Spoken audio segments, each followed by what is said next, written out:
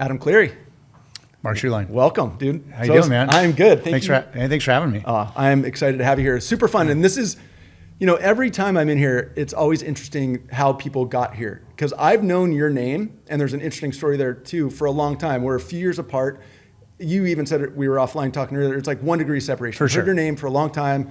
And the audience will find out very quickly why that is. But we were just chatting, we were at the coffee shop, and you start talking to someone, our buddy Dana's like, does he know him? I'm like, the odds are if you've lived here as long as we have, you kind of know everybody. Yeah. Or there's some way you're going to know everybody, or it's 1 degree separation. And for sure. So you were just having a chat. So yeah, it's always fun. You never know who you're going to run into at the coffee shop. No one leaves here. No. Well, and if we do, we migrate back if we're fortunate enough to do so. So we're both very lucky. But that'll lead us right into where we're going, because you haven't, like me, you haven't gone far, but you're actually even closer. And you were just talking with Murphy, who runs the studio, and you grew up down the street from his wife. It's just a small town. Yeah, for sure. But the conversation for today is much bigger than that. We will definitely talk on some of the local, but there's a big part of your history in town that leads way from the Wayback Machine till today and into tomorrow. And the tomorrow discussion is going to be rad, because you're the front man for something that is in development here that I'm really curious to learn more about, because there's a lot of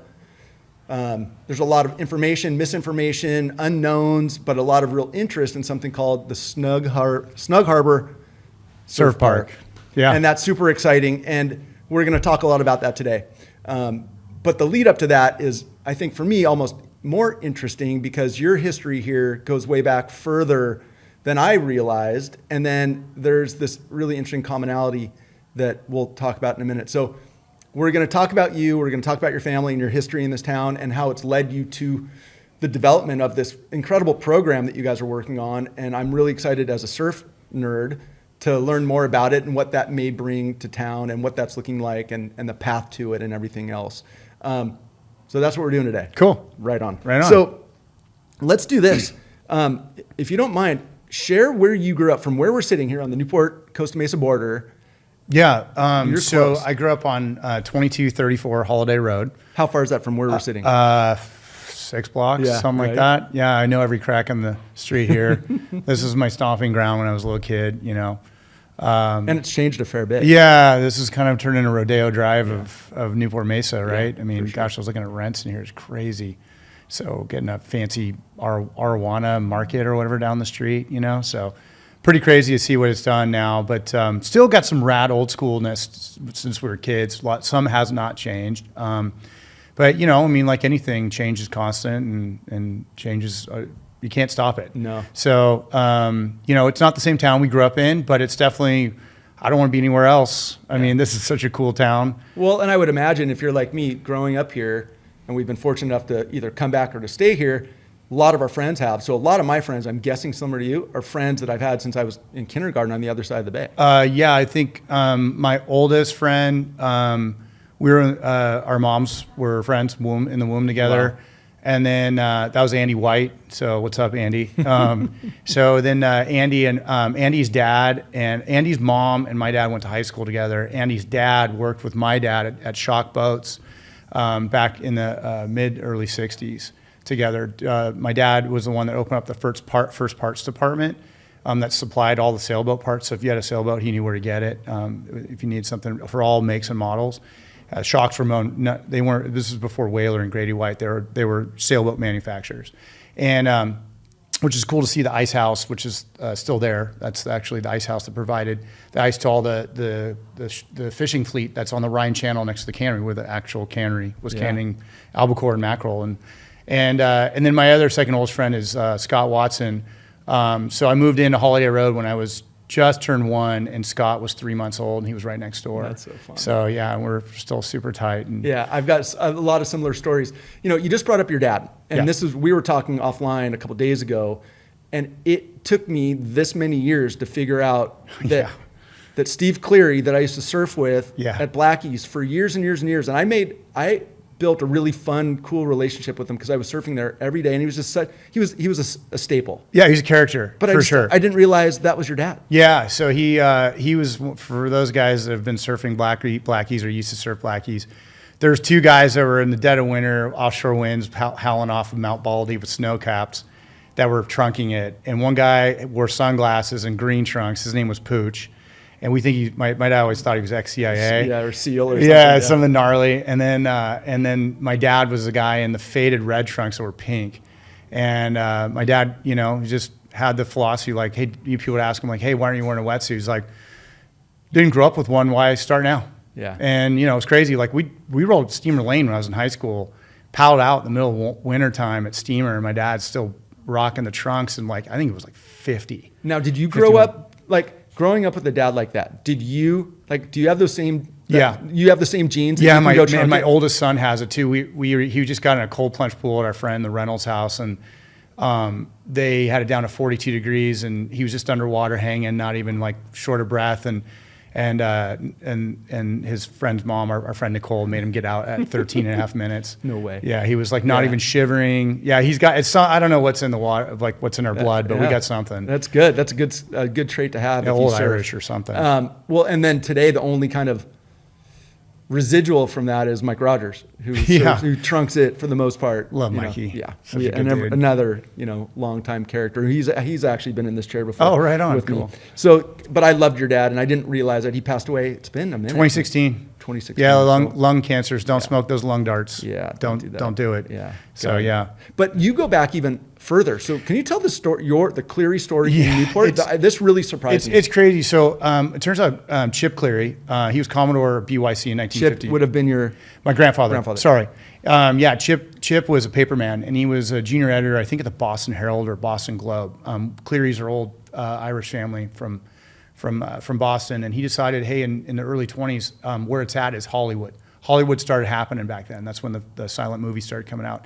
And he's like, I got to get out there, and then this is where I'm going. He was footloose, fancy free, not married.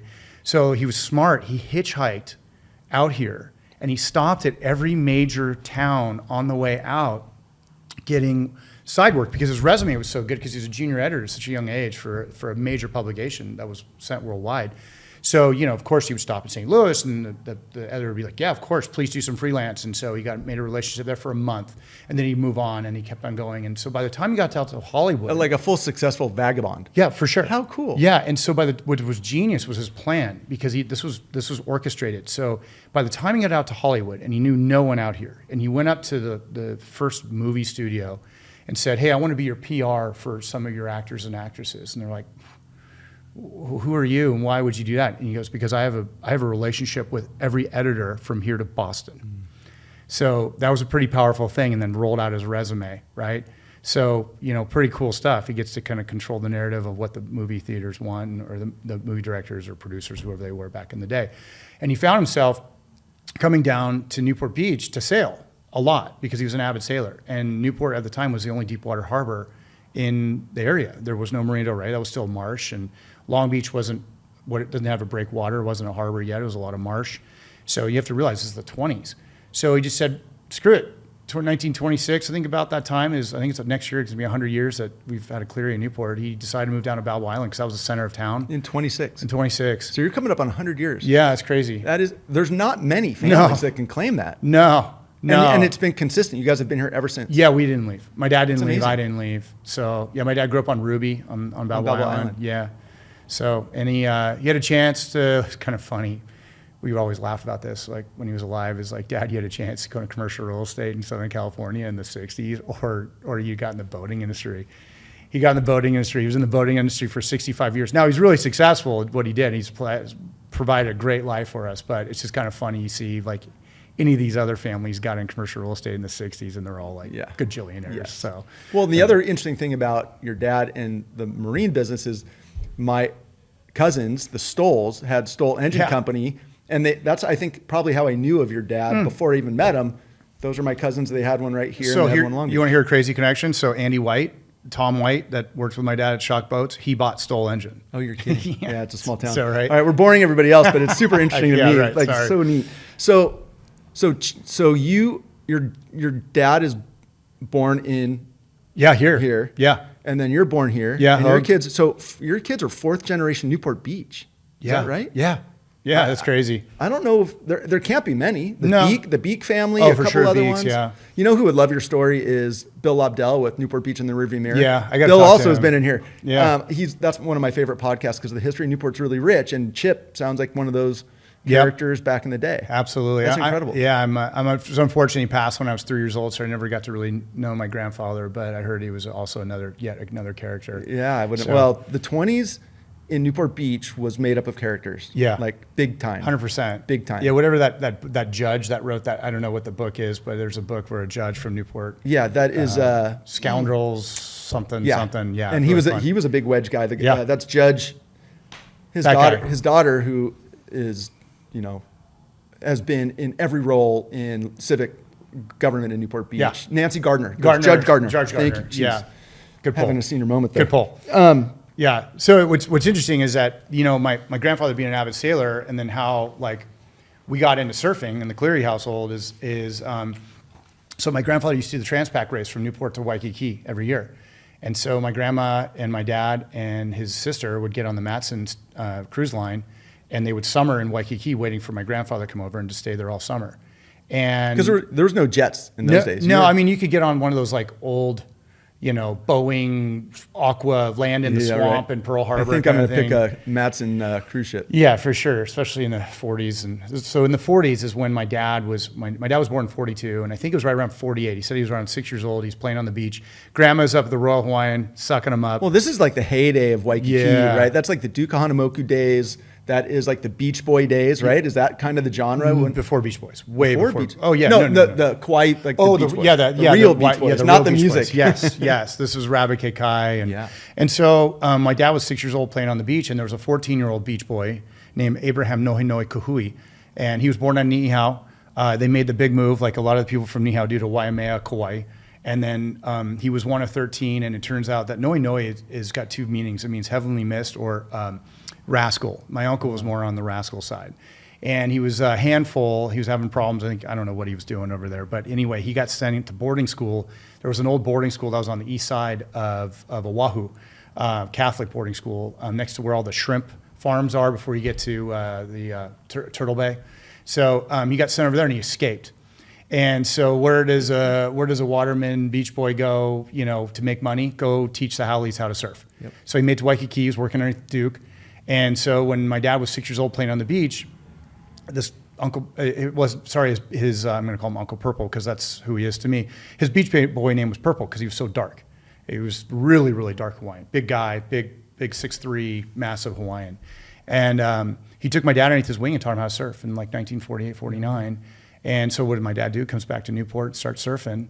And so crazy how the connection with Hawaii and Newport Beach. I mean, look, I'm wearing a rain spooner. This is like what my grandpa wore, my dad wore, I wear. A lot of old school guys still wear these. And that's because we have such a deep connection with Hawaii. And it's mainly because of sailing. The sailors were going over there every year. And so their families were going over there every year. So it's pretty cool. And Have you sailed that? No, I haven't yet. My dad did it a couple times. My grandpa did it a ton. He was the one that helped commission and was the tactician on Windward Passage, which is a famous sailboat that broke a lot of records in the late 60s. And it was actually, they held the records until the early 2000s. Wow. So it was kind of a record. If you've ever seen Windward Passage, it's in front of the old Ardell yachts. It's still there. It's beautiful. Absolutely I see beautiful. it every morning. Oh, God, that is like my favorite sailboat. It's so cool. But that's the thing that's super interesting, not only about the storytelling we're doing, but I don't know the history. I didn't know that boat was that boat. Oh yeah. Yeah, that thing's you just legendary. That is why I think history is so important in getting stories like this and capturing what Bill Lobdell does. What's been the relationship with your family with Hawaii continually as a result? Oh, dude, we're Hana. I mean, my dad, when he was 14, I think Purple was 20. His Auntie Blanche, his dad's youngest sister, who was quite a bit younger, came over. I think she was 20 years old. They got introduced. My dad introduced them, and they were together for 55 years. Way. Yeah, so my uncle gave a big deal in the Hawaiian culture. This is actually, I think before. No. Sorry, this is when my sister was born. My uncle gave my sister, her middle name is Nohinoi. In the Hawaiian culture, that's a big deal, especially to give it a haole. That was kind of a point of contention within the Kuhui family. There was couple of my aunties were not happy about that. Interesting. So, yeah, but they are very like, I have to tell you right now that like, there's one side of Hawaii and there's another side of Hawaii and the other side of the aloha. And it's such a bummer that it's not as prevalent as what it was back in the day. It's the most wonderful culture, I think, of all time. And it's so appropriate that surfing came from the Hawaiians. They just love to play and talk, and they love to play in the water. And so it kind of makes sense that they came up with sport surfing, and and it was the sport of kings. Yeah. And to see that, not only that, I've got my connection with Hawaii with the family in Newport, but a lot of people don't know that Duke Kahanamoku lived in Newport. And George Freeth came over, and I think Paul Burnett at Surfside Sport, that guy's the mecca. He's the guy that wrote the history of surfing in Newport Beach. He really knows. So I might be getting my dates wrong, but I think it was like 1908 or 1909 when George Freeth, Olympic swimmer, came over and surfed Big Corona for the first time. And I think people really realize that's in like the first 5 spots outside the Hawaiian Islands to be surfed, which is pretty crazy to think. Like CDM was like, one of the before epicenters. The breakwalls, before the jetties, it was world class. It was a really dangerous harbor to go in and out of because of the big sandbar, but that sandbar created a really cool wave that peeled perfectly down in the harbor, which is perfect for those type of boards back in the day. And this year, so let me back up. So George Freeth ended up a couple years later bringing Duke over because Duke was his protege, which people don't realize how influential Duke was into swimming. I mean, Michael Phelps still uses the Kahanamoku kick. Like that guy's. He revolutionized the stroke. He really did. He was by far the best swimmer in the world. He was the Michael Phelps. And if anybody wants, the incredible movie is called Waterman. Yeah. It's an incredible story about him, and you hear about all the trials and tribulations he went through as a dark-skinned man competing on the world stage. Like, it's really, really incredible. Yeah. So he this year is actually the 100-year anniversary of when he was out surfing, and a boat capsized coming in the harbor, and he rescued, I think, 8 people. And brought him paddled him into safety, and then there was unfortunately 4 people that passed away. But what's the amazing part is he dove and dove and dove until he found all the bodies and brought them in so they could be buried. So what a stud! I mean, yeah, I think he just got recognized in a significant way for that rescue. I can't remember where I saw it. No, they're putting a plaque up. Okay, that's what it is. Above what's the cliff? The park above the cliff up there, Sunset Cliff or whatever it's called. Yeah, they're putting a commemorative. Got it. Yeah, it's amazing and well earned. Yeah, and so the story of the wedge. I mean, if you think about the wedge is just a magnet for south swells, and without the breakwall, you can imagine what the surf was doing. And with sandbars, you can imagine boats. They don't have GPS, they don't have radar, they don't have news forecasts. They're just going out to go fishing or go to Catalina, and they come back and it's thumping and it's low tide, and they have to try to navigate it. And so it was a notorious place for capsizing, and a lot of people died there. Yeah. And there's long stories about how it was developed and why the breakwalls were built. I think one of the coolest things you can watch on YouTube too is, type in Newport Chubasco or Newport Hurricane of 1939, and they have footage of guys out, the old school surfers, surfing the actual hurricane swell coming in the harbor, and a boat capsizing and then paddling and rescuing them. It's pretty cool. Yeah. It's really neat. It's narrated by Gil Jones, really great guy, rest in peace. He's an old local guy here with deep voice. He's really, really cool narrator. Right. So, well, listen, you and I could probably nerd out on this all day long because I love this stuff, but I want to stay on you. But I really we might have to come back to this because I love the history of surf and history of Newport and everything. But let's talk about, we've talked a lot about surf and your family's role and Hawaii's influence, because this is going to play into where we're going today. Sure. But talk about growing up here, sports, surf schools, and then college, et cetera. Yeah, so I went to St. Andrews preschool, then off to Kaiser. Kaiser was closer than Mariners on the Holiday Road that I grew up on. I was on the other side of Irvine Avenue. And then off to Ensign, where my dad went, and then off to Newport Harbor, class of 94. We can almost see the spire from here. That's right, we can. Not far. So, played water polo. My dad was very adamant. He knew what surfers were like back in the day. You're blown out in the afternoon. You have nothing to do, idle hands. Plus youth equals trouble every time. So thank God my dad was he was a bit of a degenerate. He got notices for class of 1960, 61, 62, and 63 because he failed so many times from like 6th grade on because he was always surfing or wrenching on his car or causing trouble. So the fact that he missed the whole drug revolution in like the 60s, thank God, he finally didn't want to be a 20-year-old senior. So he dropped out and went into the Army and drove trucks at Tustin Air Force Base. Oh, I didn't know that. So yeah, I came back and got his shit together really, and moved out from his parents' house. The first place he rented with a bunch of buddies was on Snug Harbor in Newport Heights. So kind of serendipitous, like, not to mention for all the old locals, like Snug Harbor. One of the reasons for the names, not only for that, but also the old bar that was the dive bar, Newport, across from the cannery. For sure. It was a lot of happy memories for a lot of locals there. It's really cool. We Very were all, community. I mean, that was I was there at the very, very tail end. So we'll talk more about Snug Harbor. Sorry. It's, no. But it's, again, there's two places in town historically that were named Snug Harbor. The road and the bar. Yeah. Now there's just the road, and you're trying to bring it back to having two. And we will have a bumper pool table. Perfect. So, Outstanding. Your dad, he always wrenched on cars early. Yeah. He was a full mechanic, right? He was gearhead for sure. Yeah. What did he drive? And I still have it. It's a 1959 Hillman Husky 2-door wagon. It was a British car, aluminum body, so it's super light, only weighs 1,200 pounds. He ripped out, and this is in the mid 60s. He was drag racing at Santa Ana and Pomona. And so, he was getting pissed off because all these rich kids from Newport were getting their daddies to buy them brand new Corvettes with aluminum motor blocks. So they're super light and fast. So they did the quarter mile pretty fast. So my dad's like, I'm going to build something faster than them. So he tore out the old 4-banger motor that was in that thing that at the time the thing topped out at 45 miles an hour, and he crammed a 351 in it, no firewall, just let it rip. And that was his hot rod. And then he took it apart in the late 60s to redo a bunch of stuff. And then he had my sister, and then he had me, and then it sat in the garage. We called the But you still have it. Yeah. My dad in the early 2000s decided, like, I'm not married anymore. My kids are all grown. I'm gonna go put it back together. And he did it right. It's like full show car style. Dude, that's so It's cool. scary to drive though. It's so fast. That's so awesome. It's so fast. I love that. I mean, just the legacy. Every time you get in there, you think you're dad. How cool is that? Yeah, it's pretty cool. That's really neat. Yeah. I want to get through this because I really want to get into the meat. But where did you go to school? Was college always? Your dad was a bit of a rapscallion, but what your goal was? I followed suit of my dad. I went to Tangerine Tech, or as my dad used to call it, Tangerine Tech or UCLA, Upper Costa Mesa, left on Adams.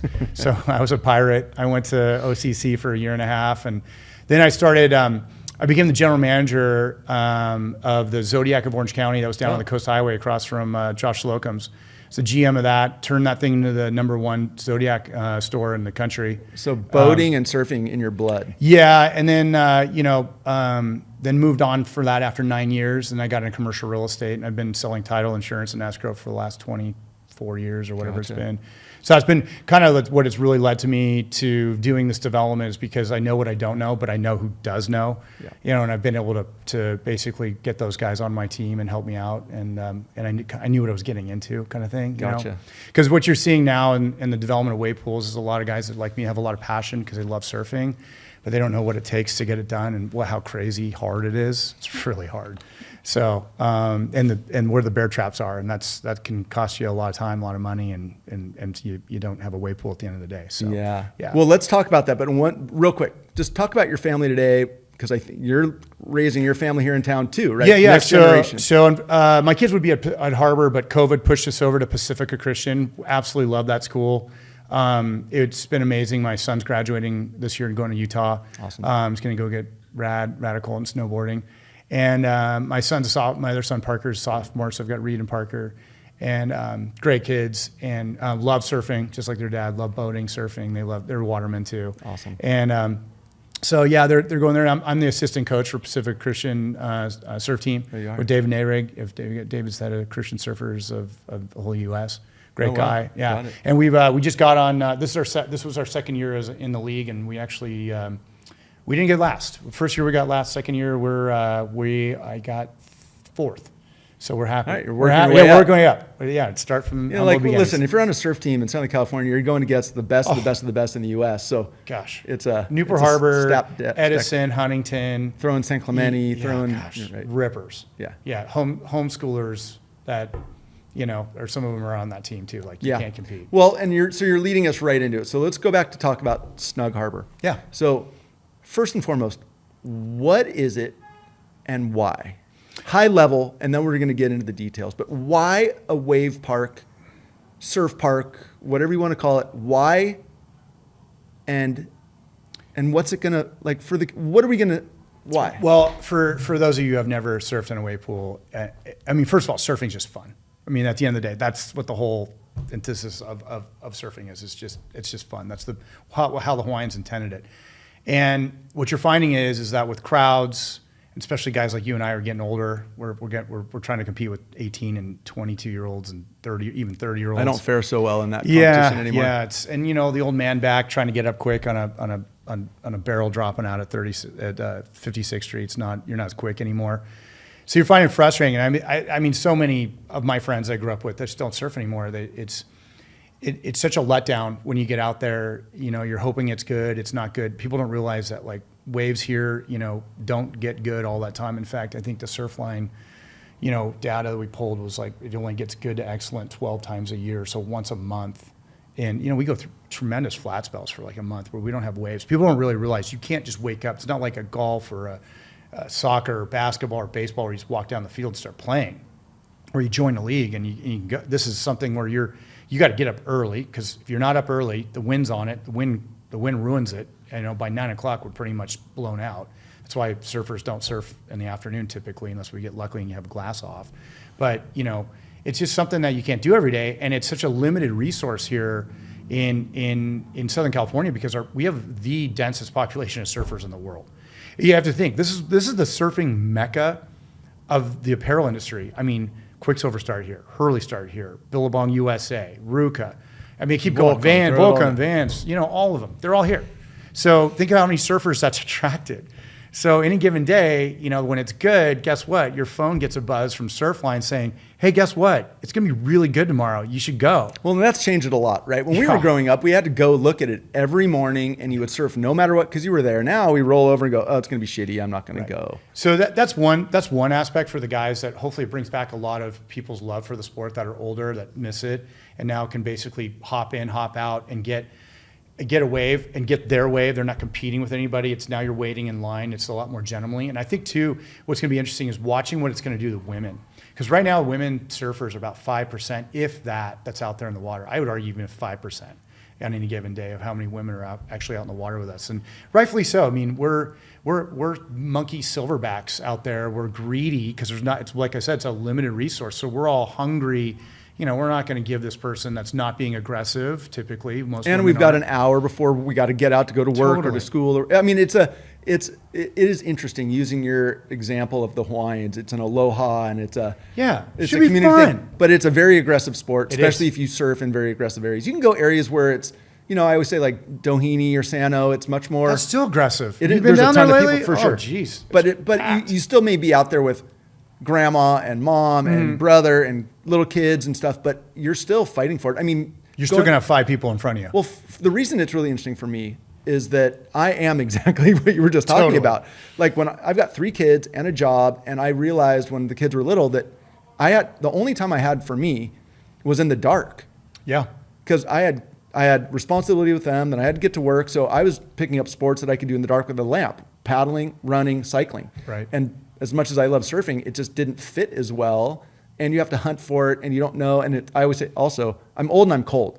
Like, I don't have genes like you. I get cold and I get creaky. And so like, I just don't surf like I used to, which is frustrating, but I've kind of given up, and that sucks. You're our target audience. You really are. I mean, we're heating the pool. We're going to be the first guys to do it. So, it's going to be nice and toasty all year round. So your old man back's all loosened up. Plus we've got hot tubs and saunas. We'll get into that too. Yeah, for sure. But the other aspect of it too is like, the best, I've been racking my brain on, the last few years of trying to do this. And like, what is the best way to describe to somebody who doesn't surf besides like, hey, this is a limited resource and, we're in the mecca of surfing, but really at the end of the day, where we are in the best analogy is comparing it to the invention of the ski lift. And that's where we are with Wavepool technology. And what I mean by that is like, think about before the ski lift, who was skiing? People who lived in the mountains, right? Who surfs? People who live at the beach.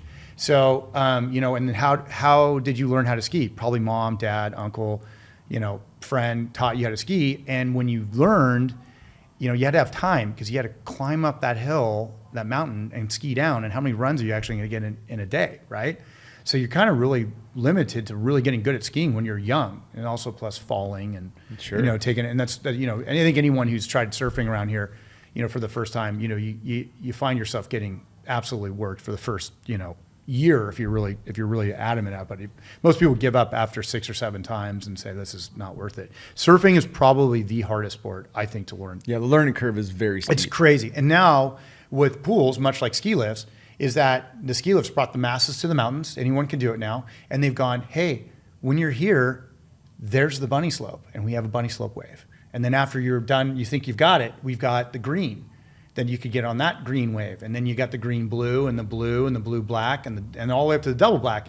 And then for guys like you and me that we don't need a 8-foot spitting barrel anymore because we don't want to, we're not going on 80 years old because surfing you can do until you got 1 foot in the grave. As long as you can paddle and stand up, you can surf.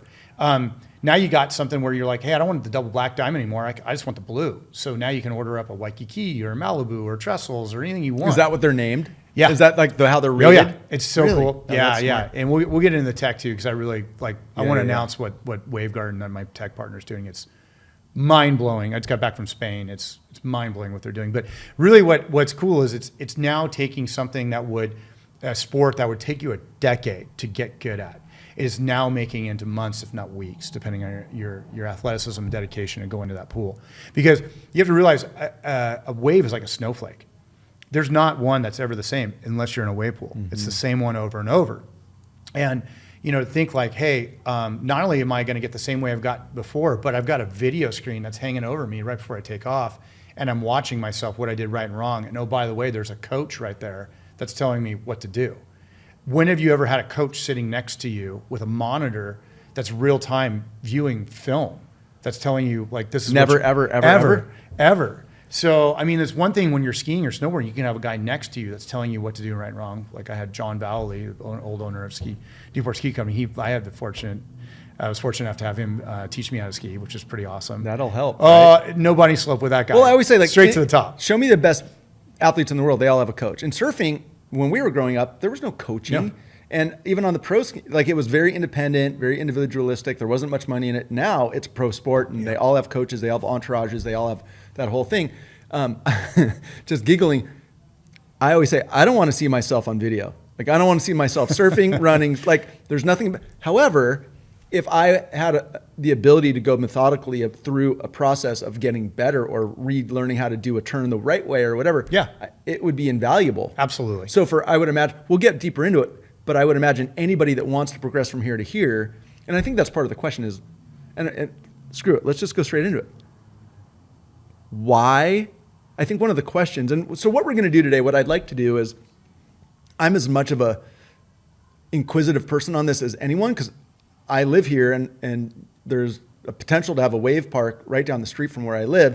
It sounds incredible, but there's also a lot of noise from people going, well, what about this and what about that and what happens here? So I'd really like to go through the why of it, the how, sure, the property, the vision, all of the things. Who gets I want to kind of just shed a light on what it is and what it isn't, because I think that you're now going down a campaign of really trying to educate the community of what this means to the community and debunk some of the things that have been put out there and just give clarity to what this is and what it provides. And what the alternative could be. Yeah, that's really important for everyone to understand. Very, very, very, very, which as a community resident, I couldn't believe it. So we'll get there in just a minute. Okay. Real quick, to clarify, your role in this, you're the visionary behind this. This is my baby. This is your baby. This is my baby. So it's myself, and then I've hired, being a local guy and obviously being, 85% of people are in commercial real estate that live here, So most of the people on my team are guys that are born and raised here, like Steve Coyne, he's my project manager.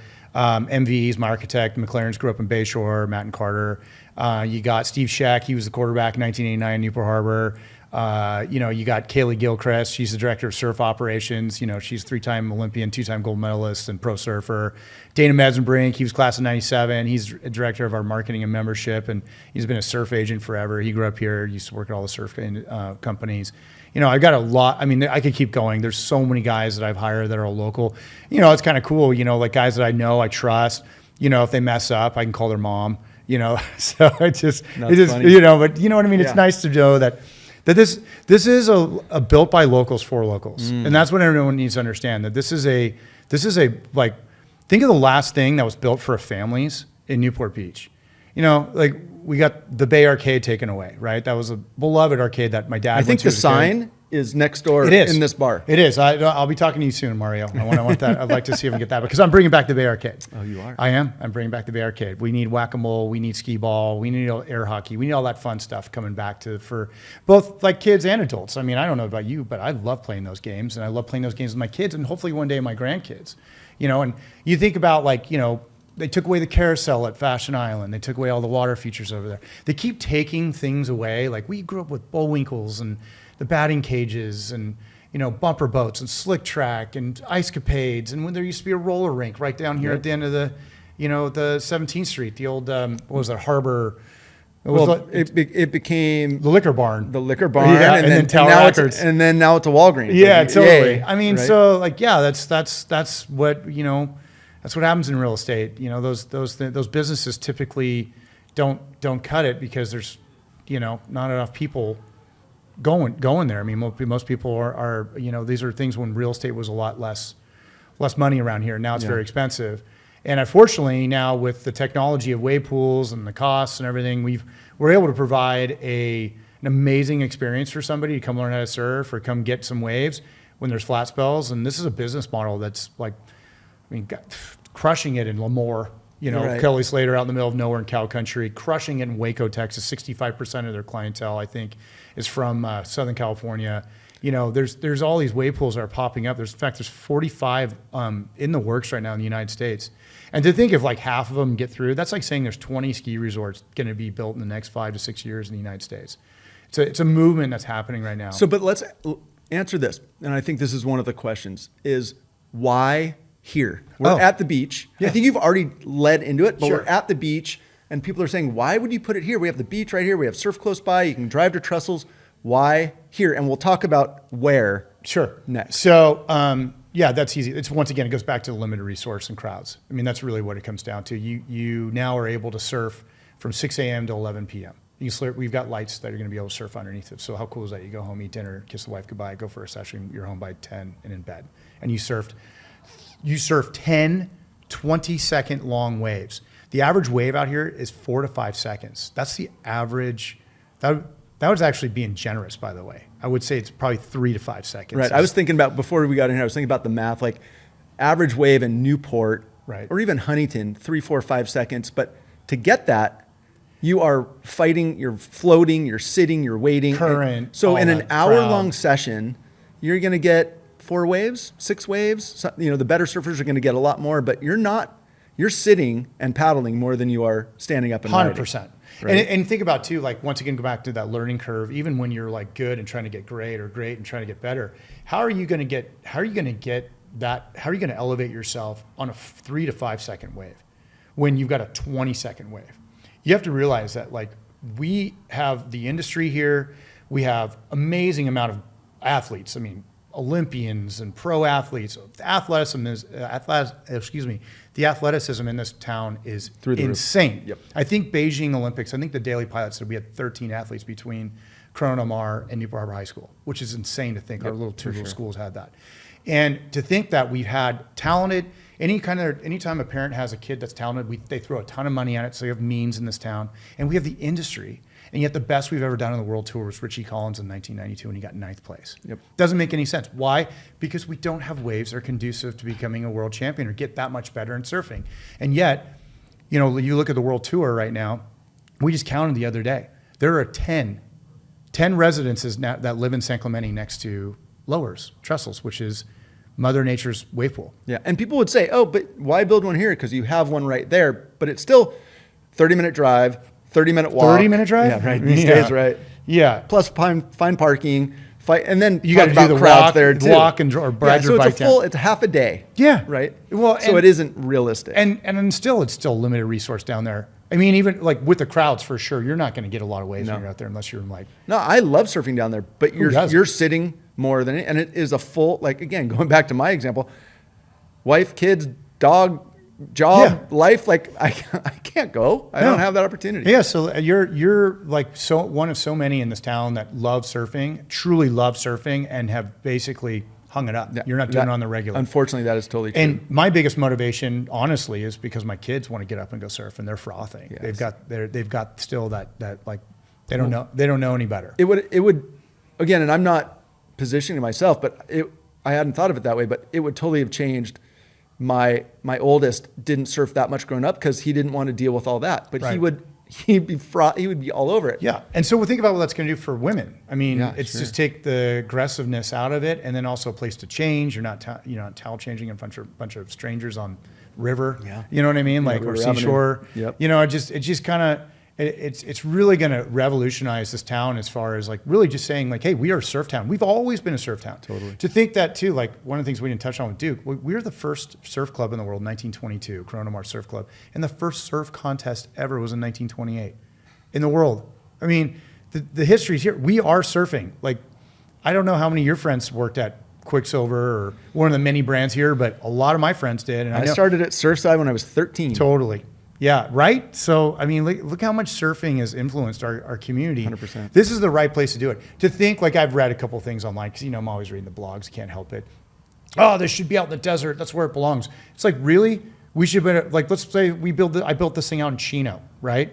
Love Chino. Chino's great. I got some friends who live out in Chino. They got a lot of land still out there. You can go put a wave pool out there. Can you imagine that they get a ding dong from Surfline that 56th Street's going to be going off tomorrow, and a whole crew of guys from Chino show up and surf circles around the Newport locals because they've had more reps. Everything about getting good at anything is about reps. Yeah. How many times can you do that over and over? How do you get good at doing an air, a turn, or standing up? Whatever it is in surfing. And to think that we're going to build up to an 8-foot wave with a 20-second long right and a left. People don't realize, like, we're bringing trestles, we're bringing Malibu, we're bringing Waikiki, we're bringing Kira, we're bringing all of these different breaks into one spot. The tech's that good that you can control that. It is that good, and I'll say it right now, this is where it's going. So I was just in Spain, and I was out with my two boys. I watched them in 45 minutes. They both pulled their first backside airs. So proud. Because they had a coach on one side and the monitor on the other, right? And back there, the test tank's a quarter of the size of what we're building. We're going to start launching some stuff on our Instagram so you can start checking that out. But so they just went, Dad, airs. I'm like, I've gotten credit card enough. That's where the board goes like this, right? Yes. I don't need that stuff. So I got out of the water. And the creator, Josema Odrzola, that is the guy that's the owner of Waveguarding. He's like, hey, what's going on? I'm like, oh, I just don't want to do airwaves. He's like, oh, why don't you take the watch out? And he's got an Apple Watch, and it has a full wave menu on there, and you can pre-program. You can go back and while you're waiting in line for your next wave, you can go. You want a barrel? I want an air. My kid wants a trestles. The other guy wants a Malibu. Everyone, and it's real time. And The tech can change it that quickly? It's that quick. That's where they're at. What is And that, the bathymetry? Bathymetry stays the same. It's the series of paddles that move, and they change the thrusts and additionally the angles that create the different type of waves. They have the amount of waves now is infinite that Waveguarding's created. They're about ready to start talking about the Cove Plus. Right now they have the Cove that's opening everywhere. There's 11 that are open now. The one just opened yesterday at Sao Paulo. Their second one there. But the Cove Plus is going to be the first one's going to be actually Waveguarding's facility in the south of Spain, and then us. And we're going to have the same size Lagoon, which is the biggest wave gardens in the world. And to think that I can be 80 years old, sitting on my longboard, with my two boys, and I want a Malibu because I'm done. I'm going back to the blues. I'm not on the double blacks anymore. My boys still want a barrel wave. And then their kids are all into airs, and we're all surfing at the same time. So that would be the equivalent of like paddling out with my dad at Malibu, trestles, and Kira all at the same time, which is insane. And you still get to go home and you're there in 10 minutes. Yeah, and sit in a hot tub and eat a cheeseburger afterwards. Well, and we'll talk a lot about the facility because there's a lot more to it than just the wave. Oh, 100%. And for the community and for everyone. Yeah. It's amazing. I'm trying not to get jaded here because I'm like, sign me up, let's go. Yeah, but the reality is there's more to talk about, more to learn, and more to share. So let's do this. So that's the froth factor. That's the vision. That's the technology in a nutshell. Yeah. Let's, for the for anybody and for my sake, let's talk about, we'll get back into more of the facility and what's going to be offered and who gets served and all the other uses that's potentially out there. Sure. But let's talk about where, because I think that's the big part in the community. Well, where do you put this thing? And why don't you talk about where, and we'll talk about the property and what's everything that's happening there. So it's at 3100 Irvine Avenue. So it's out underneath the flight path on the old Newport Beach golf course. We call it the mats or the rubber tees. That's where if you've been in Newport in this side under the flight path, it is where the driving range is. Correct. Right? Yeah, catty corner from Irvine Ranch Market. So it's a piece of property that's been around since 1972 is when the golf course the lease was signed. And, it's a place where it's beloved. I grew up golfing there. It's the only place I've ever gotten a hole in one. I was 12 years old and 148 yards with a 3-wood at night.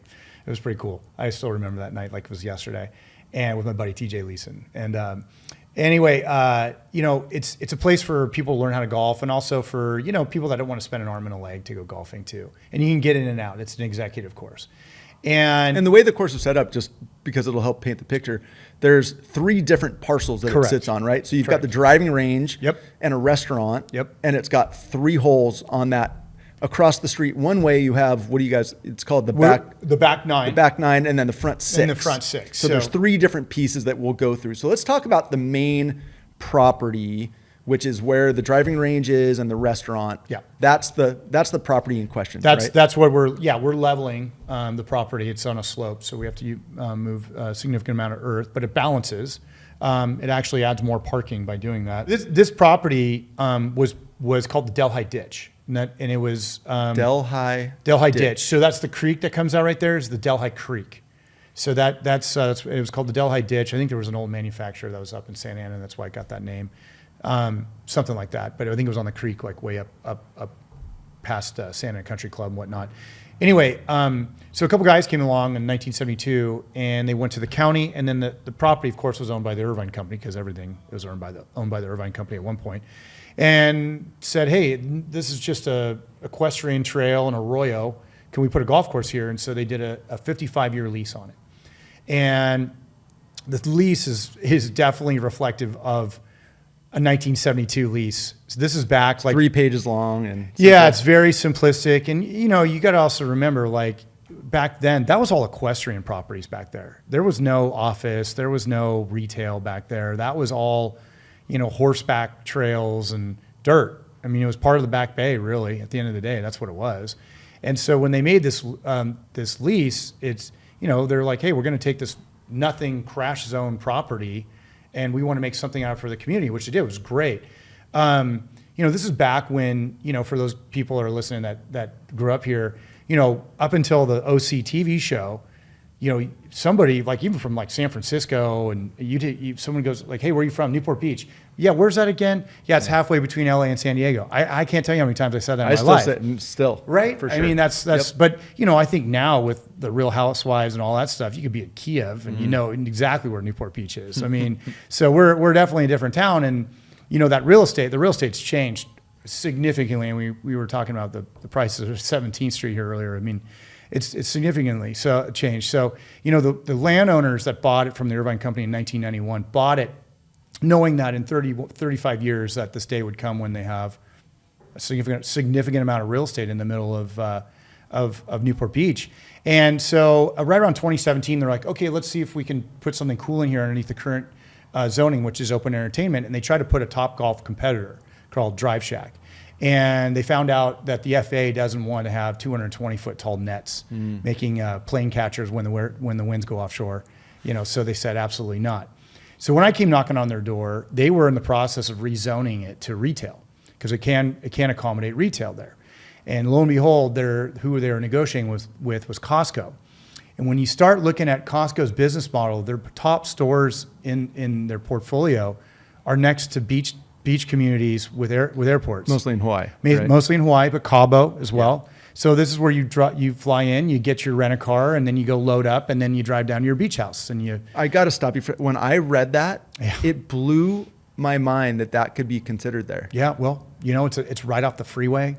So for clarity, This is privately held. The Yes. city has no Nope. control over the golf, over the use, anything. No. This is a straight owner 100%. controlled property. The Yeah. lease is up, and they've always, my understanding is they've always had the intent, to your Yes. point, of redeveloping These it. are three families that are moguls in real estate. They are moguls, and they're going to get the best and highest use for their property. Mm-hmm. But they also are like, hey, we want to see something really cool.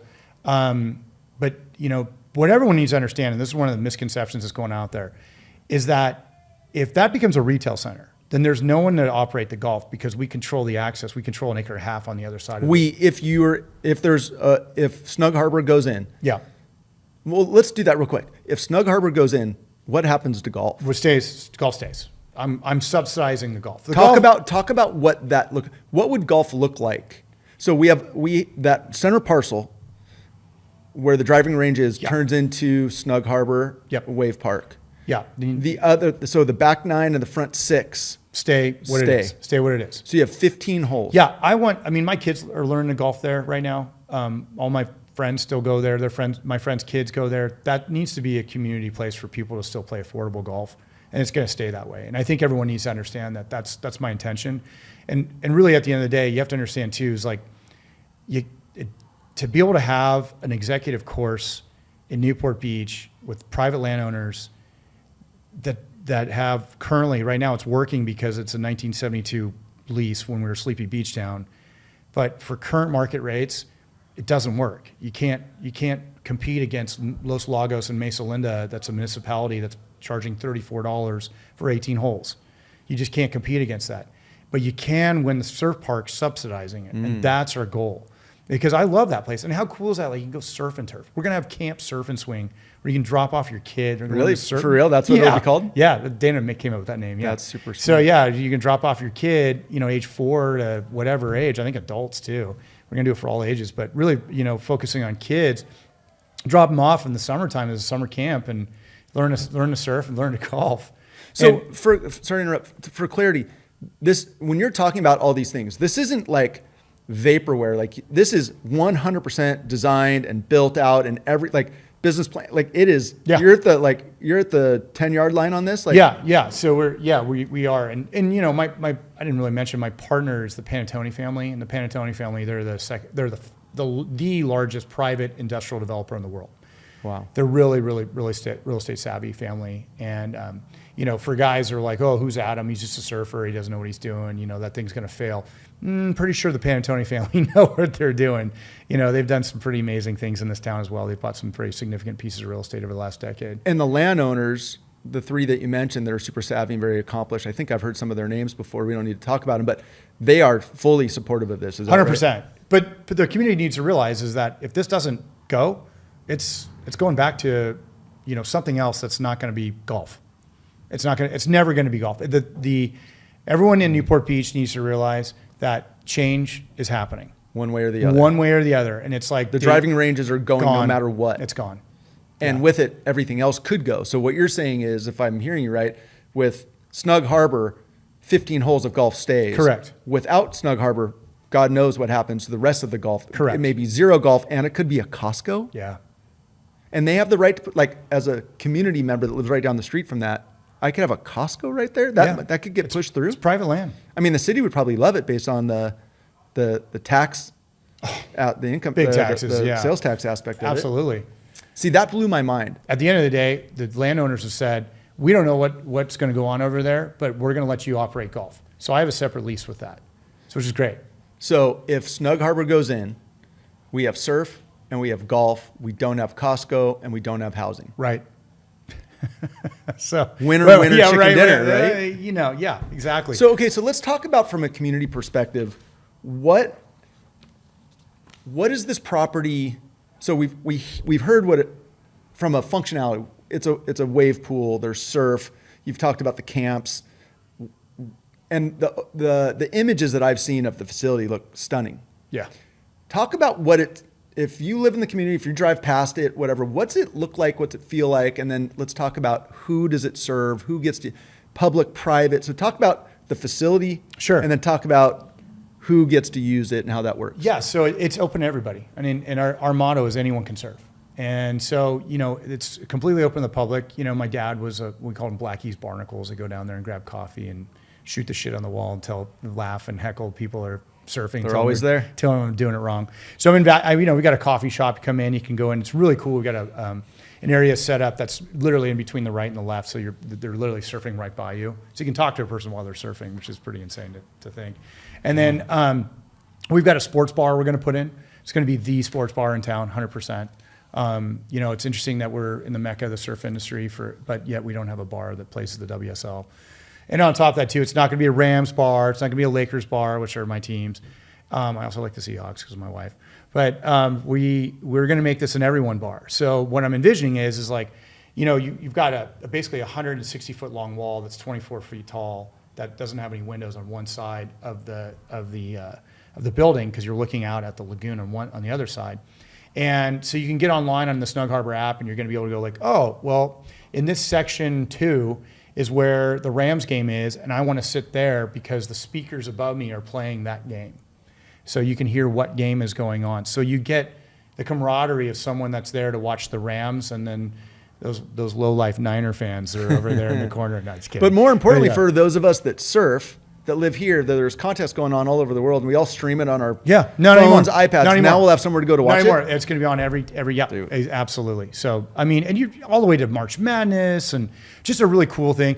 I have to tell you a really funny sidebar. So we had a dad's club that we rented an old warehouse where Volcom used to be in Westside Costa Mesa called the Regal Beagle. Mm-hmm. And the Regal Beagle is a great place. It was basically like our modern day boys club. We would take our kids there. They'd shoot pool, shuffleboard, darts, ping pong, foosball. It was all these cool stuff that we like. What's the show that the Regal Beagle was? Three's Company. We're aging ourselves. And the motto was a neighborhood joint, and it really was. So it was really cool because all the dads got together. It was kind of like our Boy Scouts, but it was like the one thing we didn't like about Boy Scouts and adventure guides and all that stuff was like, if you're a boy, you have to go over here with all the other boys, and if you're a girl. So this was like meshing everyone together. That's and cool. It was about 45 dads that got together. And my brain has not stopped on how many cool things we're going to do. That's so funny. Let's go back to the facility because... Oh, yeah, sorry. This is going to be...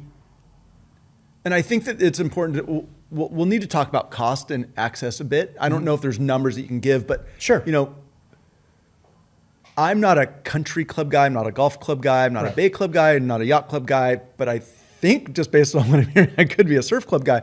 What is this? What else? Like what else is in the facility? So, what else do you find there? What's it look like? Paint a picture. Yeah. So on the first floor, when you come in, you're going to have a surf shop on the left, and you're going to have a surf academy where you can rent surfboards. And I just had a meeting with about 22 local shapers.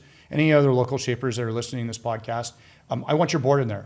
I've gone to other Wavepools, and it's basically about 3 brands, and we all know the brands that are there. And really, we have such a rich history of shapers here that are really good. I want to showcase those guys' boards to be able to rent and also hopefully buy. So you can get a guy from Hawaii that's like, dude, I really like that Cordell or that Estrada or Balti or Russell or what have you. There's so many cool brands that have been here for ages that really, is kind of their own little bubble. This is a great way to showcase them. So, and they're great shapers.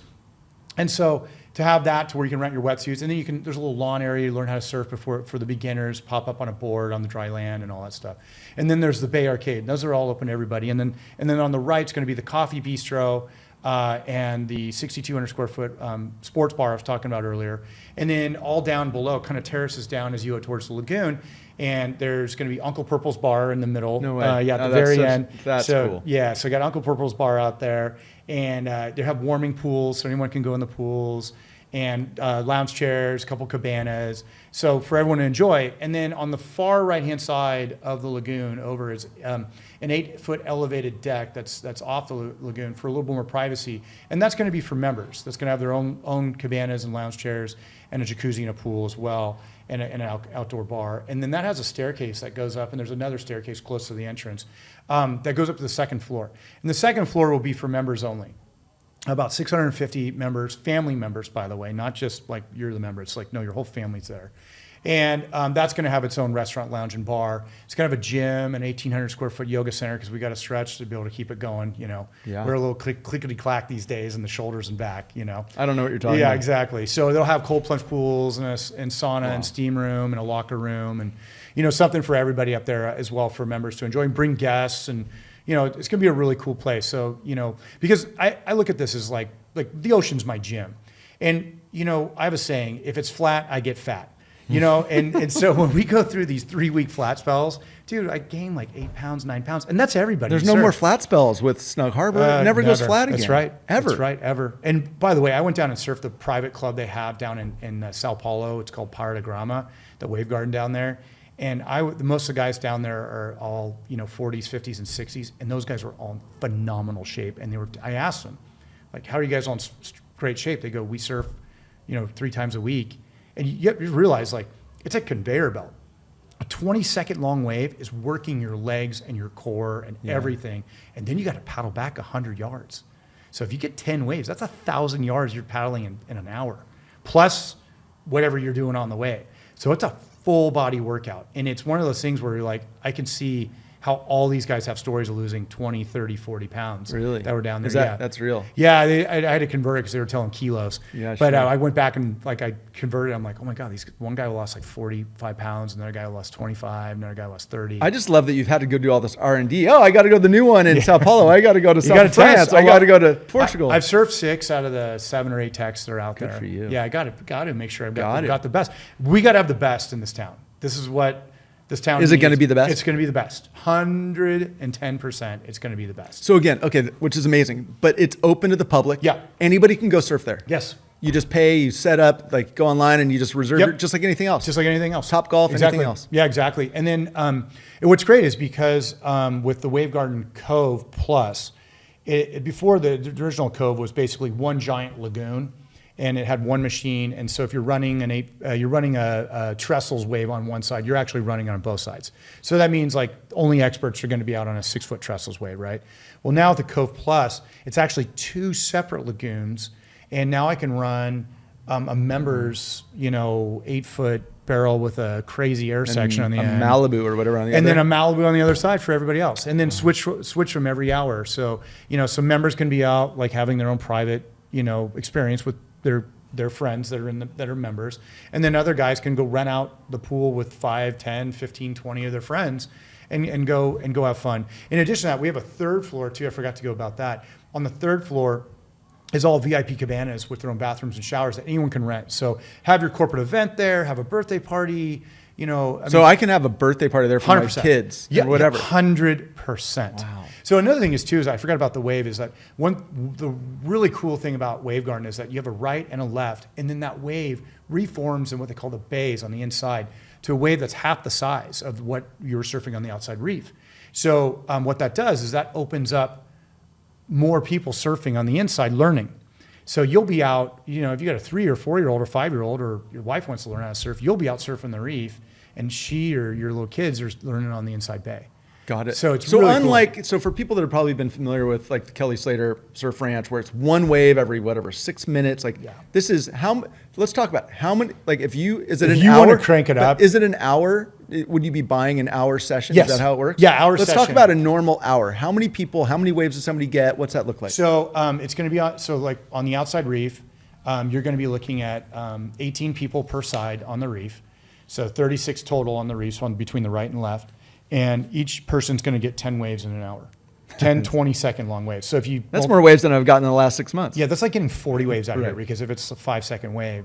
And it's warm, and there's a beer waiting for me, totally. and a hot dog. Yeah, right? Yeah, and your wife's stoked because she's shopping in the boutique, and the whole bit. Kids are playing at the So it's a beautiful. arcade. This is a facility not unlike a country club or something like. It's a beautifully built, beautiful. So how cool is that? Like think about if you're dropping off your grandkids at camp for camp surf and swing. You're like, yeah, you know what? I'm gonna go and hit 9 holes right now while their kids are in and learning how to surf.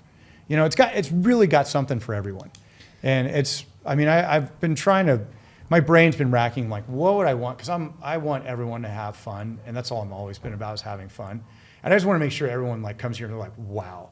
And I think I did a job, because a couple of my consultants were like, you're gonna have a problem with people leaving. For sure. So yeah.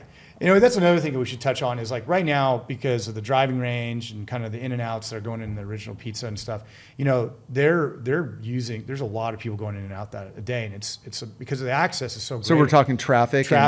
So, you're going to see that we're actually taking away from peak AM and PM traffic, we're less. So for all you people who are worried about traffic, your daily commute. That was my next question. Yeah, so that's a big one for a lot of people around here because that's my commute every day. That's mine too. I work right off MacArthur and campus. So, that's a big one for everyone. Like, oh no, and it's like, no, actually, we're going to be less. So you're welcome. You're welcome. That's really good. What other concerns should we talk about real quick? Because I've got other questions on the positive side. But sure. What other concerns are you guys hearing from the community? Oh, that we're destroying the golf course, that we're like taking the whole thing out. But that's going anyway. At least it would be going anyway. So you actually may be saving it. Yeah, that's the thing that people need to understand. If you're anti-surf park, then you're anti-golf. Wow. You got to think about that. It really is like if you're anti-surf park, you are anti-golf. Because it's going to go all together. Yeah. So it's going to go from a recreational use now to a recreational use with you to something non-recreational. Correct. Ugh. I know. Don't let that, no freaking Costco can come in. That's unbelievable to me. And then other people are like, oh, this is a bait and switch. You're going to build 690 low-income housing units, right? And first of all, that's not how development works. You can go look at my development application. It's online at the city. We're building a surf park and that's it.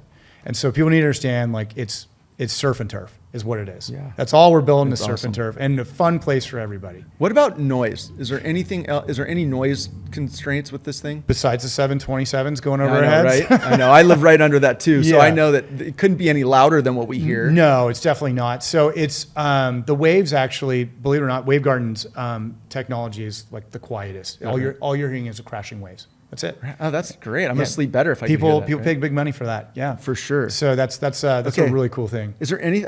Those were all. You hit all of my concern questions. So, all right. If traffic improves, the beauty of the property with what you're building, and we'll share the images. It's gorgeous. It's really stunning. Yeah, thanks, McLaren's. And it goes Burger. and it becomes a leveled up recreational resource for the community, open to everybody. Parties, Yeah, and clubs, then, crews. You have the restaurants and the bars. and you we're have doing golf. a lot more. Yeah, so this is like one of the things I like. So I really loved soccer when I was younger. I still love soccer. And, I played water polo, and back then I was Coach Bill Barnett, the Olympic water polo coach. He was gnarly. Gnarly for sure. Yeah, full underbite, barking at you every I day. played against you guys. I played against him. I was playing. Drill sergeant. I was God damn it, Cleary. Polo Corona. So, yeah, exactly. So he had this rule that basically if you played polo, you swam. And I'm like, well, I want to play soccer. And so freshman year, I decided I'm going to go soccer. Screw that old man. And How'd that fare for you? So I played soccer, and then soccer's a winter sport. And so I had the spring, swimming had already started. So I wasn't going to go like midway through swim season. So I decided I'm going to play golf. So I got on the golf team my freshman year. And Coach Dye, who was also the Algebra 2 and Calculus coach, great guy. He was our golf coach. And I remember going to him and I'm saying, because I'm like, Coach Dye, why aren't we playing that course that's right down the street and instead of Costa Mesa? That's for a 14-year-old on his mountain bike with a bag of clubs. By the way, we didn't have the backpack clubs back then. They hadn't invented that yet. It was like full old school, one over the shoulder strap. Dude, you know how many times my club fell out in like Harbor Boulevard? It was terrible. So I asked him, like, why aren't we playing there? And he goes, well, because they won't work with us. We want to play over here. This is where they're giving us tee times. So because it's a municipality, they give away tee times. And there's right now, I think there's like 8 or 9 high schools that use that. They use that. Newport Mesa Unified School District, Mater Dei. So I've gone to all the Newport Mesa Unified School District schools and said, come, I got tee times for you. I'm going to put a practice facility in, hitting warm-up bays for you to go warm up. Come on. So Come it'll on be over. 15 holes, but it'll be rad. Yeah, and people, well, what's 15 holes? Well, they just put in 15 holes at the Hay up at Pebble Beach. It's crushing it. They just put 15 or 12 holes up at Bandon Dunes or second. So this isn't a one and done. Like, this is not uncommon. No, like if you start looking at what's going on in the golf movement, most people just want to play a really quick round and get out and go home. They don't want to go for a 5 or 6 hour round of golf or more. And so, you know, they're like, hey, I want to be able to turn and burn and go, I got kids, I got things to do.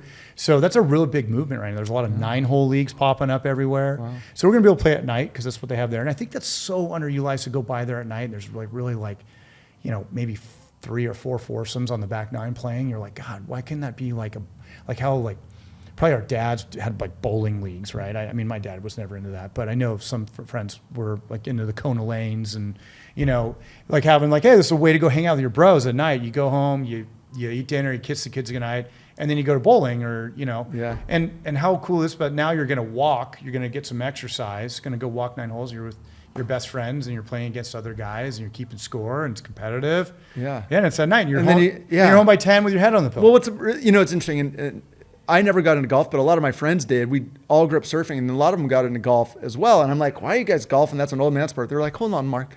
When we surf, we're all together. We're hanging out. We're talking story. Yeah. We're having fun. Now we're just in the afternoons when the wind comes up, we're out in nature, hanging out, talking story, having a beer. They're like, it's the same thing, just a different application. Absolutely. And I was like, it makes sense. So, right. So you get to embed this all in one facility, which is really, for the community, it seems like a no-brainer, especially when you talk about the alternative. And it might be a reversal, actually, with the surf and turf, because I forgot to mention that we position the Wavepool to where the wind turns offshore every day. Come on. Yeah. Is that right? Yeah.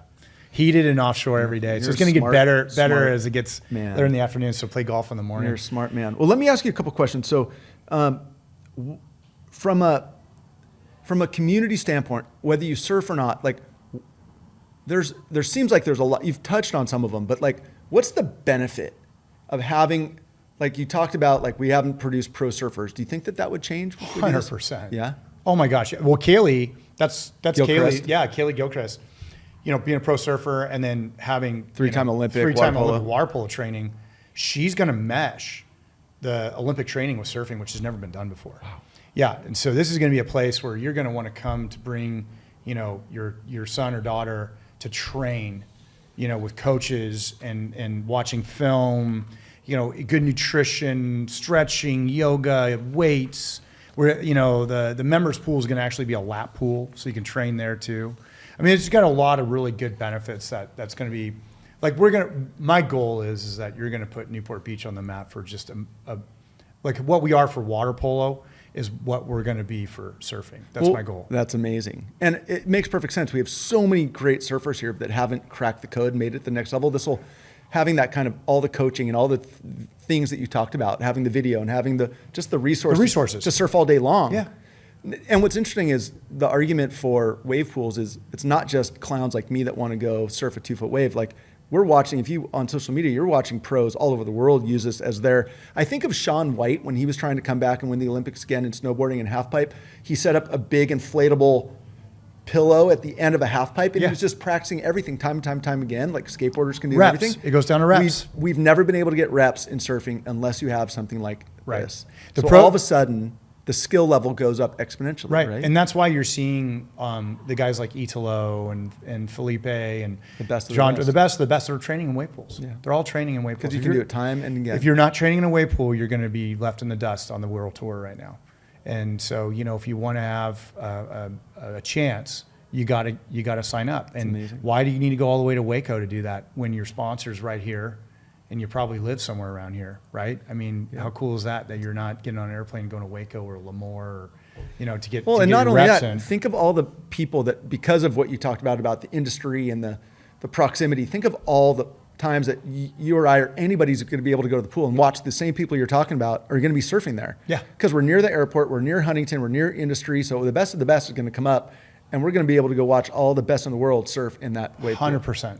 Yeah, it'll be incredible. It's going to be incredible. Absolutely. So from an inspiration and from a sport, it just really, it becomes a stadium experience, like going to watch the Angels or the Dodgers. Like you get to go watch and be a part of something at a level that we don't get that around here. Right, exactly. And on a 20-second That's long, really amazing. 20-second long 8-foot wave, which is going to be nuts. That's amazing. Now there's also another community element that I think is really neat. Yeah. Can you talk about what else this facility can provide to? So there's so much that we can do with, you know, essentially like wounded warriors, like getting guys in the water. They say that the PTSD at real surfing helps. I mean, aquatherapy, it helps us. Like, my wife's always saying, if I'm grouchy, go get in the water. Well, that's the We Are Ocean with Jack Shimko. That's Danny Nichols and Open Water working with the veterans. I mean, the water is a healing element for sure. And surfing is. Yeah. And so, one of my best friends, his son's highly autistic, and there's a whole thing about highly autistic kids getting in the water and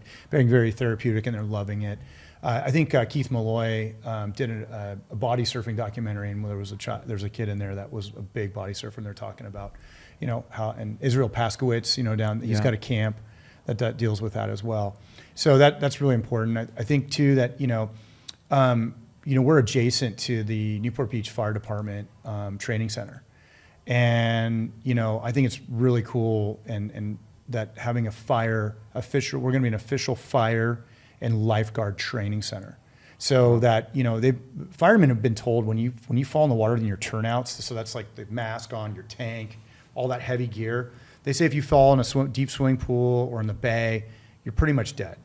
And they figured out, between Huntington and Newport, they figured out that you can actually use that mask as like a BC and live and get your stuff off. As a buoyancy compensator. Yeah, and breathe and get out of your gear and get out of there. But you got to train for that. And they've been finding that by putting their gear in the ocean, the salt kills these $6,000 suits. So they can't really do it all the time. So that's something they want to do. They want to do where they have to train for the air show. They have a fake fuselage that they put in the water, and they practice getting somebody out on a 5-point harness. That's something that's really important too. We put in the surf, turn up the waves, make it real time. I think everyone, not everyone really, I never knew this, that every fire rig in Newport Beach and Huntington has a set of fins and a buoy on it, because just in case, so because what happens is at 2 o'clock in the morning or 3 o'clock in the morning, right? So there's so many things that we can do to really help save lives.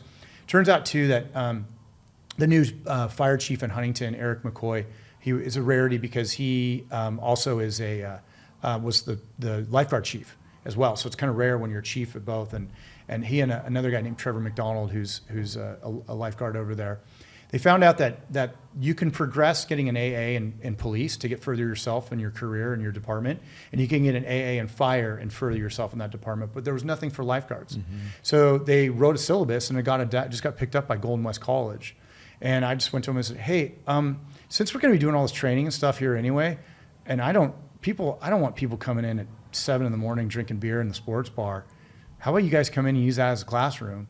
And so you're on site and make that full awesome place to, like, you're getting in the water here and you're in the classroom over here, right? So I thought that'd be really cool to do.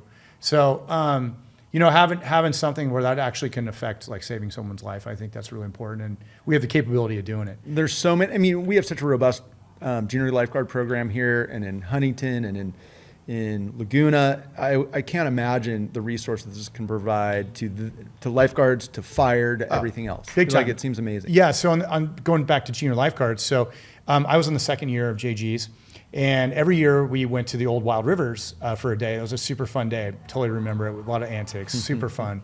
And it was good camaraderie. And once the old Wild Rivers shut down, they just never brought it back. And so I talked to the head of lifeguards down there for the JGs, and said, hey, do you guys want to learn a surf day for the JGs? He's like, absolutely. And so we're going to do a learn a surf day for the JGs. Mm-hmm. And I look back at, like, how many of my friends did JGs. They know how to body surf. They never picked up a surfboard. They maybe did once, most of them not at all. And I think what a cool thing, like you lived in Newport, you have this resource, and you're not utilizing it. Let's get you in the water in another way and be able to have a good time, have fun. So, think of how many kids now that many more kids are going to be exposed to surfing and that experience. And they're going to be with friends and having fun. It's just going to be that whole place is just going to be, the basis is fun. I talked to Danny Kwok, the old Quicksilver guy at length. That guy's like a full Zen guru. He is, for sure. And he is like, Adam, that's your base, is fun. It is just, it's coming from the Hawaiians, it's coming from the aloha, spread the aloha. It's all about fun. And that's what I want to do. I want to make this place just the funnest place. Like, I think Orange County could have 2 of the happiest places on earth. The Disneyland of surf. I love that. Yeah. It's super rad. Listen, real quick, I forgot to ask you about it, but I think it's important so we have everything captured in here. There is a small hotel aspect of it. Oh yeah, so we have a 20 key surfer accommodation, so you can't stay there unless you surf. It's only 20 rooms. We're going to do themed rooms for every brand that was started and created in Newport. So you have the Quicksilver room, you have the Vulcan room. It'll be pretty cool. And so for being adjacent to the airport, how cool is that? We'll have the Snug Harbor Shuttle or the Snuddle. It'll come pick you up and bring you and your boys and your family, and you can come stay and learn to surf and or get better at surfing, and kind of once again, something for everything, for everyone. You got to think like, dude, one of my old roommates and ripper surfer, grew up on Point Magoo, AJ Watson. He moved up to Ocean Beach in San Francisco. He works in the city. They're flat in the summertime. Mm-hmm. How many guys from San Francisco want to come down and get stoked and get a couple warm water waves, and have a place to stay? Well, the proximity to the airport makes it really such a simple deal. I mean, it's a quick Uber, boom, boom, and you're surfing, and get off the plane and you're surfing within an hour. Totally. Hypothetically. So. And how cool is that too? We can have a contest with guys coming in from Brazil and Hawaii. That'll be amazing. East Coast, and they're all staying there. And we're flying their flags where they're from outside their hotel room. And it really seems like the reinvigoration of surf, because the surf industry is kind of on hard times, but the history of it is right here. It is. And bringing this back seems like it'll breathe a ton of life into surf in Newport, but way wider. Yeah, absolutely. I think, surfing the industry will come back, but I think by bringing in a Snug Harbor will basically, create that culture and bring it back a lot sooner and a lot quicker, which provides more jobs for our community. It really does. I mean, we talked about, like, you used to work in the surf industry, and gosh, so many of my everybody friends we did. know. Yeah, exactly. We all wanted to. Right. Yeah, I did boats instead. Yeah, so nothing. I mean, right? Yeah, Two good ones. Yeah, but that's also a family thing for you. Totally. That's a Cleary family. But you have to understand, like, it was still surf involved because I was the ranch boat guy. So I was selling all the ranch boats. I had my ranch boat. I was going to the ranch a lot. Got it. And also Point Loma. Well, I think we've also let's see, what can you do to keep yourself wet? Let's see, I'm going to sell ranch boats so I can go to the ranch. Totally. I'm going to go do R&D all over the world for Waveguarding Technologies, and we're going to open up Snug Harbor Wave Park in Newport for the community, and also maybe a little selfishness so you and all of our friends can surf. Yeah, for Hallelujah. sure. I mean, right? I mean, I see myself getting old and dying there. I mean, that's really what I want. I don't know.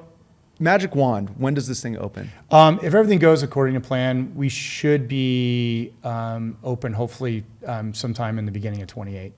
If that's if everything, all the stars align. Can you get it open soon enough so I'm still around to do it? I'm frothing myself, right? Man. I mean, coming back from Spain after what we just surfed with me and my boys was just unbelievable. Just barrels after barrels and turns, and I mean, there's so many different waves, and once again, they're only creating a quarter of what we're building. They just opened one in Sao Paulo. It's called Beyond the Club, and they're just starting to drop. They're not actually officially open, but they're starting to drop clips. Everything's about modules. How many modules you have is the length of the wave. We're going to be 66 modules. They are now 62. They're going to be the largest up until we're built. Wow. So start checking them out and what the waves are producing. It's pretty insane. But I think the beauty of it is, as you said, it really caters to everyone. And I think, like, my wife likes warm water. She doesn't want to surf, but she might. If it was 1 foot, 2 foot, and warm, out there, close to home, with the kids or with the girls, like, I could. Oh, we're going to have ladies' night. I can imagine. But I think it just seems like it caters to everyone for so many reasons. There's so many pieces of the resource that you're creating that are, whether it be the camps or the golf, the surf, obviously, and the yoga, and the public and the private. So for parties and groups and whatever. But it also is, I think, maybe the most important part for me is it's recreation. If it's a surf park and golf, it's recreation. If 100%. It's not a surf park, it's not golf, and it's going to be a Costco or something. Right. But there's no housing. It sounds like, I mean, unless the city does something, I mean, it sounds like the biggest no-brainer in the world. Right. There's just people that just don't understand. Yeah. Like I said, if you're anti-surf park, you're anti-golf. They just don't understand. So finally, we're coming out to educate the public. Hence why I'm sitting in front of you. I want to make sure that we tell our story, so people know that, like, I'm not an outsider coming in to try to do anything, trying to pull a snake oil, deal. I'm building something for the community here. I'm building something that is a multi-generational place for all of us and our kids and our grandkids and our great-grandkids to come and enjoy. and to be utilized for both golf and surfing. And, once again, this is built by locals for locals. And yeah, we're going to have some out-of-towners coming in for sure. But I think the majority of the people that are going to be using them is us. It's going to be our community for sure. I surely hope it is. I really want it to be like that. So so cool. It's so cool, man. I mean, it's just to having I've really got so much support behind me. Everyone has been so gracious. All my friends, and then when I sit down and explain to people exactly what's happening, they're like, "Oh my gosh, yeah, whatever I can do to help." We're going to start putting up signs around in all the local establishments around here. We support Snug Harbor, so start looking for those little QR code on there. Follow us on Instagram. We're going to have some. We're starting to come out of the shadows now and starting to post some stuff. So, and by the way, one of the things that I got to say that we're going to start letting everyone know. For you wedge crew guys out there, for you big Corona mats guys, ride the old foam mats, to you bodyboarders, to you guys, anyone that gets in the water and enjoys it, whatever you're riding, this we're gonna have something for everyone. It's when I was in Spain, the Spaniards don't body surf, so when I was in Spain, I was like, hey guys, do you have a pair of fins you can get me? And they're like, for what? And I'm like, I want to try the body surf wave, and we're about ready to send out a clip that of me in my first wave. I got a 4 to 5 second in and out barrel body surfing. Yeah, I mean, come on, wedge crew. What else do you want here? Wow.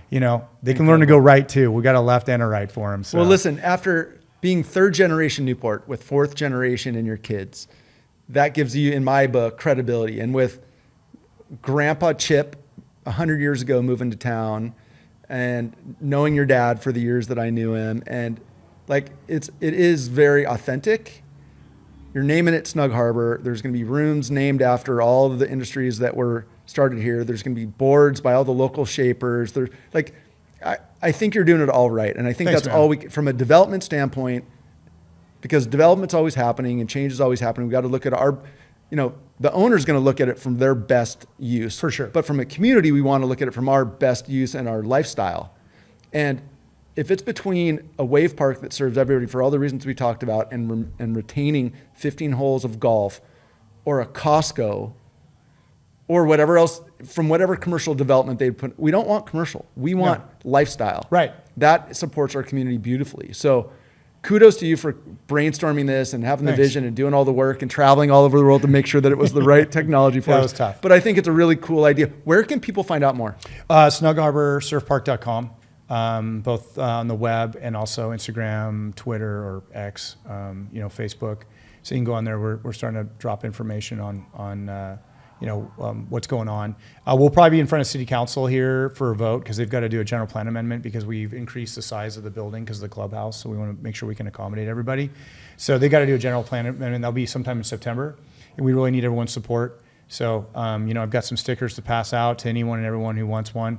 You're going to start seeing Snug Harbor Surf Park stickers all over town. And I always think about the podcast, it's a time capsule. So whether this goes, somebody listens to it next week, well in advance of City Council and it being developed, or 2 years, 5 years after it's built, they'll know why it was done, the visioning for it, the process, the real clarity of the passion for it and the team behind it. So again, whether you listen to this in 2025 or 2030, like, it's super cool. And again, I really love your history with the community and your ties and your passion for it. So just a really great thing. Thank you for bringing it. Get it done. Many of us will be very proud. Like, I think I'm sold.